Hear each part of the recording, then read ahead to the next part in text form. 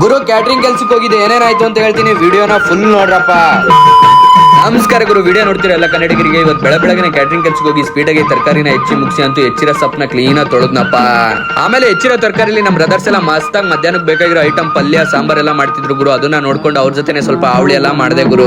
ಆಮೇಲೆ ಮಧ್ಯಾಹ್ನ ಎಲೆ ಊಟ ಬೇರೆ ಇತ್ತು ಗುರು, ಅದಕ್ಕೆ ಎಲೆನ ರೆಡಿ ಮಾಡಿ ಈ ಕಡೆ ಸೈಡಿ ಬಂದ್ರೆ ಬಿಸಿ ಬಿಸಿ ಹೋಳಿಗೆ ಬೇರೆ ಆಯ್ತಿತ್ತಪ್ಪ. ಅದಕ್ಕೆ ಹೋಳಿಗೆ ಹತ್ರ ಬಂದು ಕ್ಲೀನ್ ಸೆಟ್ ಮಾಡಿ ಪ್ಯಾಕ್ ಮಾಡಿದ್ವಿ.